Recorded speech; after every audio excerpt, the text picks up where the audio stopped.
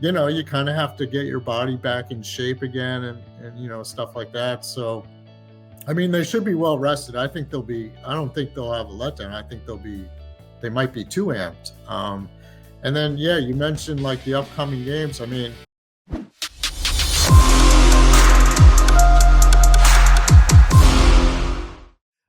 one guy we haven't heard from in a while is our good friend Martin Frank from Delaware Online. Always good to check in with him and get the 411 when it comes to your undefeated Philadelphia Eagles. Good morning, Martin. How are you today?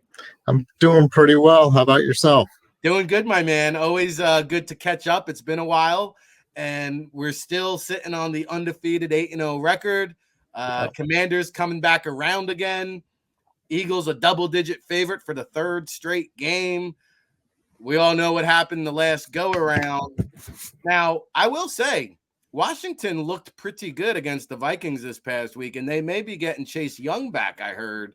So it could be a little bit different story. Do you see a closer matchup this time?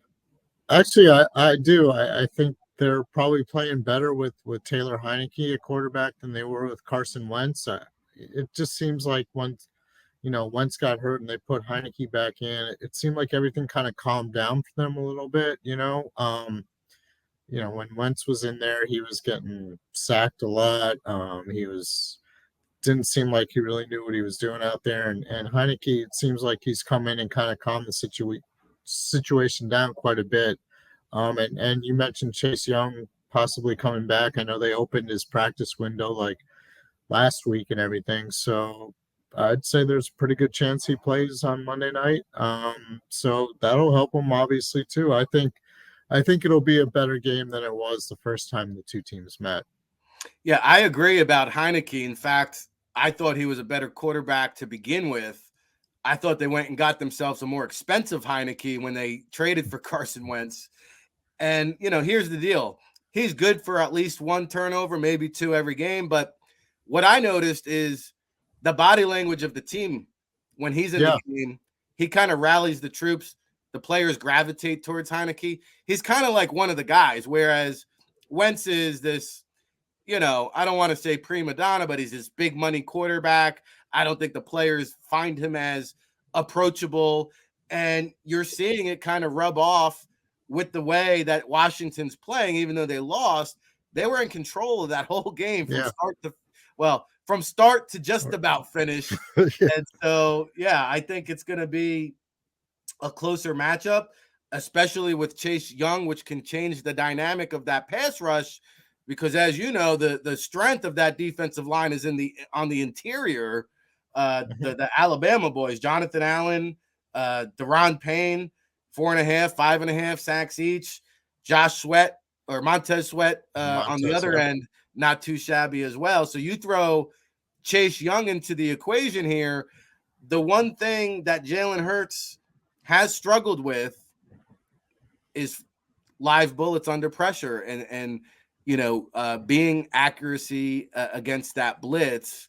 How big of a deal is that with the upcoming matchup? Well, I mean, it's going to be interesting to see because teams have tried all different types of things.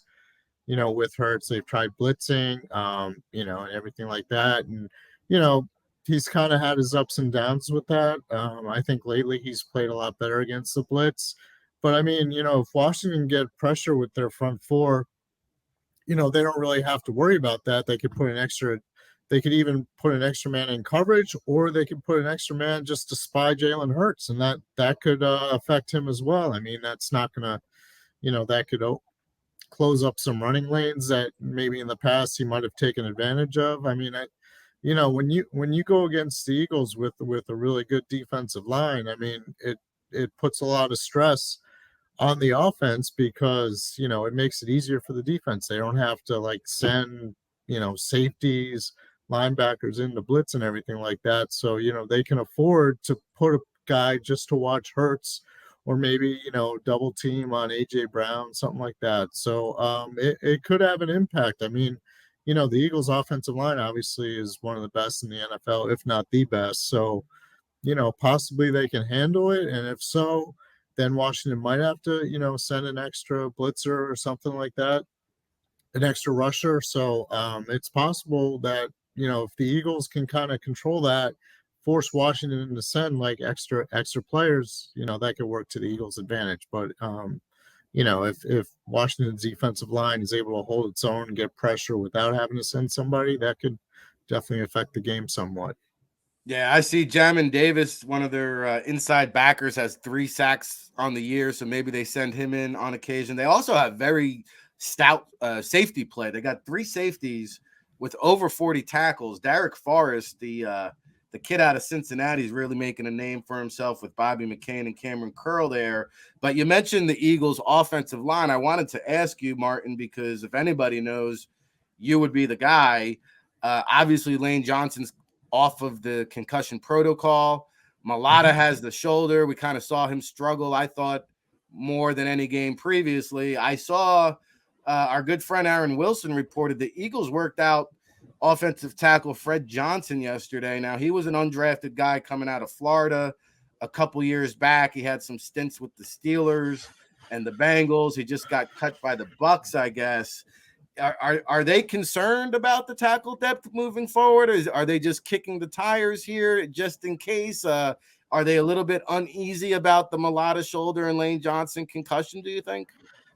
I think it's more kicking the tires. Anytime you want, you can never have enough depth, I guess. And the one thing, at the trade deadline, they held on to Andre Dillard, which obviously is a huge depth piece for them because of something, Mailata's shoulder is still an issue. You also have to keep in mind they haven't played since last Thursday, and when they play Washington on Monday night, it'll be like 11 days since their last game. So it's basically another bye week. So I would think like if, Mailata's had a chance for that shoulder to kind of heal up a little bit. And if not, maybe you kick the tires on, a guy like Fred Johnson or something like that. As far as Lane's concussion, I think he's okay. I mean, I kind of got the sense that he was fine, like when he Thursday night against the Texans. I don't think that's really an issue anymore going forward. But I mean, you never know what happens. It's a long season. You're still only like not even. I guess at halftime it'll be halfway point of the season. So there's still a long way to go. You're thinking the Eagles will probably play some playoff games, at least one anyway. So you're probably going into late January. You never know what can happen. So you always want to have like a tab of guys just in case. So that's what I kind of think. I get that impression as far as working out someone, the other day. Yeah, Howie Roseman always, leaving no stone unturned. He looks like the odds-on favorite for Executive of the Year. We shall see. What I did want to ask you is, we're talking to Martin Frank, Delaware Online beat writer. You mentioned it's almost like another bye week. So who are the guys that we should be concerned about? I heard Fletcher Cox was a little banged up. Maybe Avonte Maddox might miss another game. Have you heard anything on those two guys? And is there anybody else that we should be concerned about? Well, we'll find out. Like, they don't really return to practice until Thursday, so probably won't know too much until then. But Fletch, I think, returned to the game Thursday night, so I'm guessing like the extra rest probably did him, will do him some well. Avonte Maddox, same type of deal. I mean, it's hard to say. I just think, obviously having the extra time off is going to help them. And then you also have to consider, before they played Houston last Thursday, they also played Sunday, but they had their bye week. So technically they're playing like 2 games within the span of like 25 days. So, a lot of those guys do have time to heal up and everything, but we'll know more later in the week. But I would think like all those guys would be okay to play Monday night. All right, very good. And, you mentioned 2 games in like 25 days. It's kind of a elongated, take your foot off the gas kind of atmosphere. Do you have any concern that they could have a letdown overlook a Washington Commanders team, or dare I say a losing Green Bay Packers team? Is any of these a potential trap game for the Eagles to watch out for? Yeah, I don't think they'll have a letdown. I mean, I think they're just, they'll probably might be too amped to play. I mean, because when you look at it, so they had their bye week and then they played the Steelers a week ago Sunday. But then when they played the Thursday night game, they didn't really have any practices. They just did walkthroughs leading up to that game. So technically, they haven't had a full practice since it'll be last Thursday, like almost 2 weeks since by the time they come back to practice on Thursday, because everything's pushed back a day because they're playing Monday night. It'll be 2 weeks since they've last had a full practice. So you kind of have to get your body back in shape again and stuff like that. So, I mean, they should be well rested. I don't think they'll have a letdown. I think they might be too amped. And then, yeah, you mentioned like the upcoming games. I mean, after Washington, they have a short week and then they play, the Indianapolis Colts that just fired their coach and hired a guy who's never been a coach anywhere before. They're not sure who their play caller is going to be. I mean, that's kind of a mess. They should win that. I mean, if anything, that might be a trap game because then you play the Green Bay Packers the following week. So, but I mean, they should still win that. I mean, the Colts are obviously headed in a different direction than, everyone thought at this point in the season. So, yeah. Let me ask you about the Colts situation. It could go in so many directions from here, right? And kind of a bizarre press conference yesterday. I tuned in, and here's a guy with what he coached in high school. What is it? Hebron Christian Academy is the extent of his coaching experience. They asked him, "Hey, are you going to pick a play caller?" He said, I just got in the building. We don't know who's going to call plays yet. You've got guys on the staff like a Gus Bradley, who was previously a head coach, probably looking at it like, what the heck is going on here? And I would imagine the players are somewhat in shock that this outsider, I mean, he's not an outsider, but he is, because he's been around the team. I understand he's been a consultant, but he's not there on a daily basis. Do you think that Jeff Saturday could come in and rally the troops, or is this a recipe for disaster? And then I'll ask you about Frank Reich. I think more of the latter. I think, they've kind of made it clear they're probably going to be tanking for a high draft pick. I mean, they need a quarterback. The quarterback situation for the last 5 years has been like a disaster ever since Andrew Luck retired. And I think they just got to the point where like, hey, we gotta tear it all down. If we're picking in the top 10, let's get a quarterback, a franchise type of deal. We can't keep going one year to year with these guys who either, break down, too old, like, Matt Ryan or, Carson Wentz situation the year before, and then Phillip Rivers retiring the year before that. So I think they just want to like knock it all down and get their franchise quarterback and start building it back up. I mean, obviously, it sends a bad message to the guys who were there because they're all there because they think that the Colts were making a serious playoff run. They have all these high-priced guys. They went and got Matt Ryan. They're supposed to be making a playoff run, and they already benched Ryan. Now they fired the coach. So, I think the message is pretty loud and clear to the guys who are still there. Like, hey, we're playing for the future, and I think that's kind of how it's going to be. Now, maybe Jeff Saturday is the next coming of, what were they saying, Don Shula or something like that yesterday in the press conference? Was mentioned, yeah. Steve Kerr was another guy that came in. Yeah. So, but there is a guy who led the Eagles to a Super Bowl whose only head coaching experience was in high school, and that's Doug Peterson. Obviously, the difference is he's been an offensive coordinator. He was under Andy Reid's staff for a number of years, both with the Eagles and the Chiefs. So he was in the building day to day, but his only head coaching experience was as a high school guy. So, maybe. Well, you got to go back, Martin, to 1960 for the last head coach with zero coaching experience. It was Philadelphia Eagles' own Norm Van Brocklin, who was the NFL MVP in 1960, and he left that to become the Minnesota Vikings head coach in 1961. Mhm. I will say Jeff Saturday said, hey, I'm not just out here coaching for the Colts. He said, I'm out here coaching to try to impress all 31 others too. So he's got head coaching aspirations. Now, Frank Reich, beloved here in the city of Philadelphia. Mhm. No one's going to shed a tear. I read he's due to make $180,000 per week through the year 2026, Mike. So I'm not going to feel Yeah, he'll be all sorry. right. Yeah, he's going to be all right. But where does he go from here? Obviously, we don't know the language in his contract, and he's due a lot of money. Right. And does he forfeit that if he takes another coaching job? I guess the question is, do you see? He doesn't seem like a TV guy to me. Do you No. see him sitting back a year? Do you see him taking a coordinator role, or do you think he gets another head coaching shot?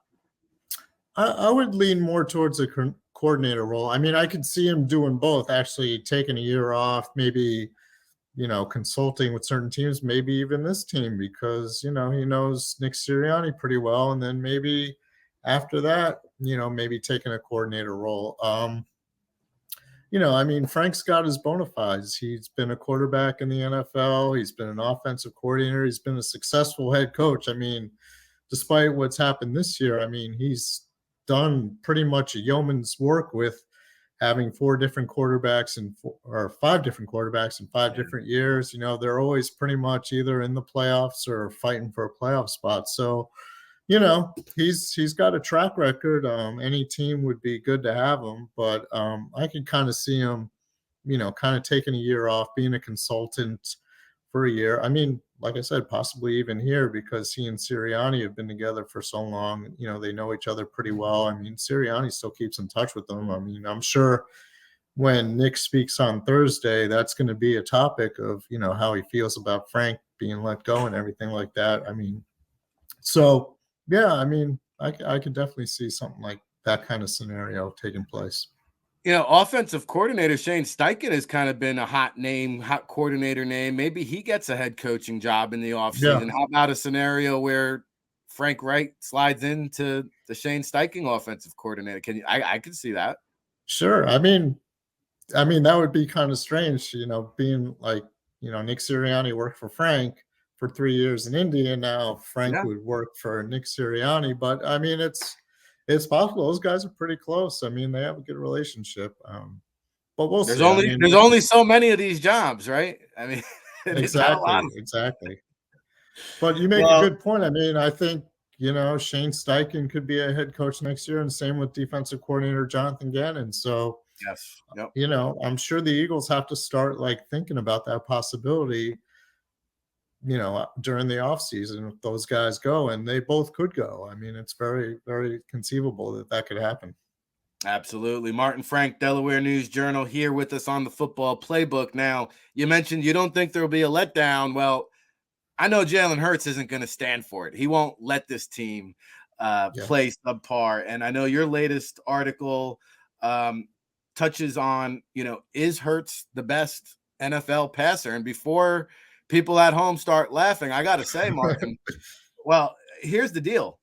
I don't know. I mean, I know a lot of people, but I don't know anybody who watches more film than Brian Baldinger. And he did a video breakdown the other day of Jalen Hurts and his deep ball accuracy. And he highlighted some throws, and Brian Baldinger said this, not me. Jalen Hurts is the best deep ball passer in the NFL. Now, disclaimer, he doesn't have as strong of arm as Patrick Mahomes or Josh Allen. But when you go back and watch some of these throws, literally in the bucket, stride for stride with the wide receiver, there are not many quarterbacks making the kind of throws that Jalen Hurts is right now. Yeah, I mean, I go back to the Steelers game like a week ago Sunday. He threw 3 touchdown passes to A.J. Brown, and 2 of them were probably as perfectly thrown deep balls as you can have, and even the one to Zach Pascal. So 3 of the 4 touchdown passes. I mean, I think the first one to A.J. in the end zone, he kind of threw up a prayer, but A.J., being that he's A.J. Brown, went up and got it. So credit to him. But still, The other three were as perfectly thrown as you can throw a ball. I mean, I don't know. You go into this season, like after last season, his completion percentage was like 61.3. So you go in the offseason, you're like, he's got to get it up to like 65%, for him to have any chance of becoming like the franchise quarterback or even beyond this season. But like he's at 68.8%, I think.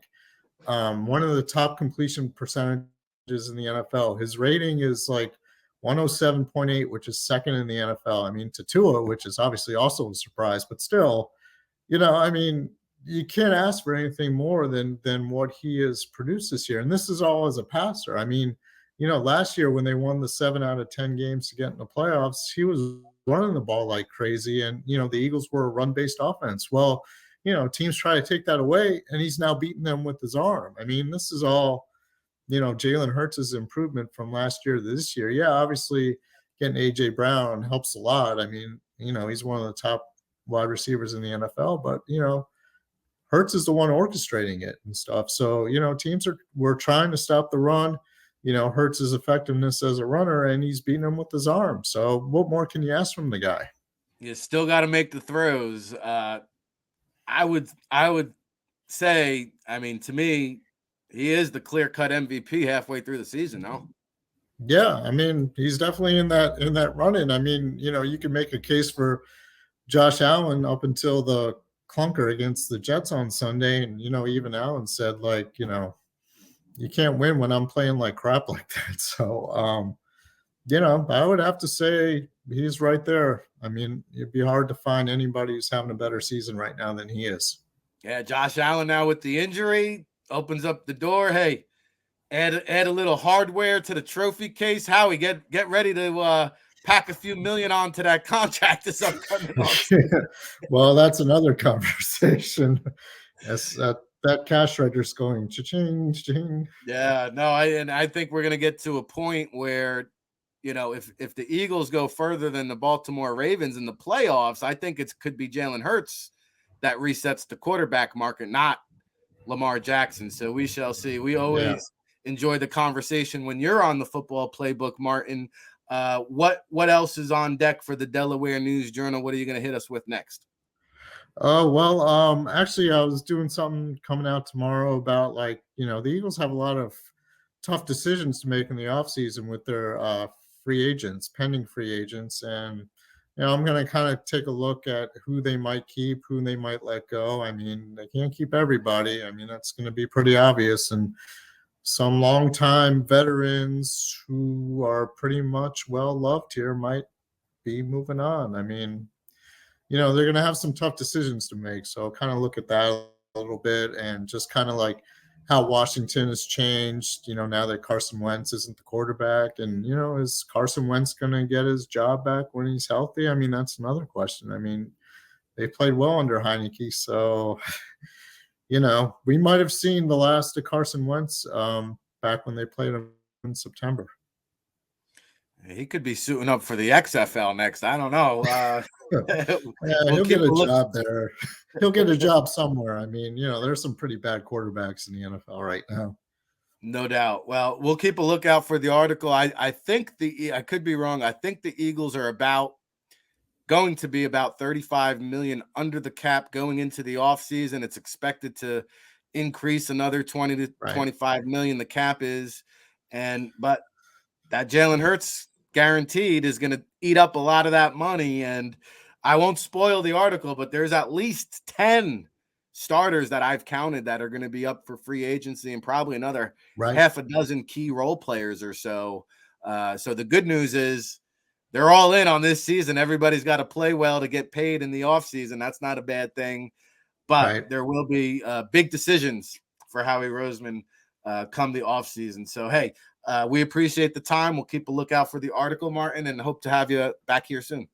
All right. Thanks for having me, Rick. Always a pleasure.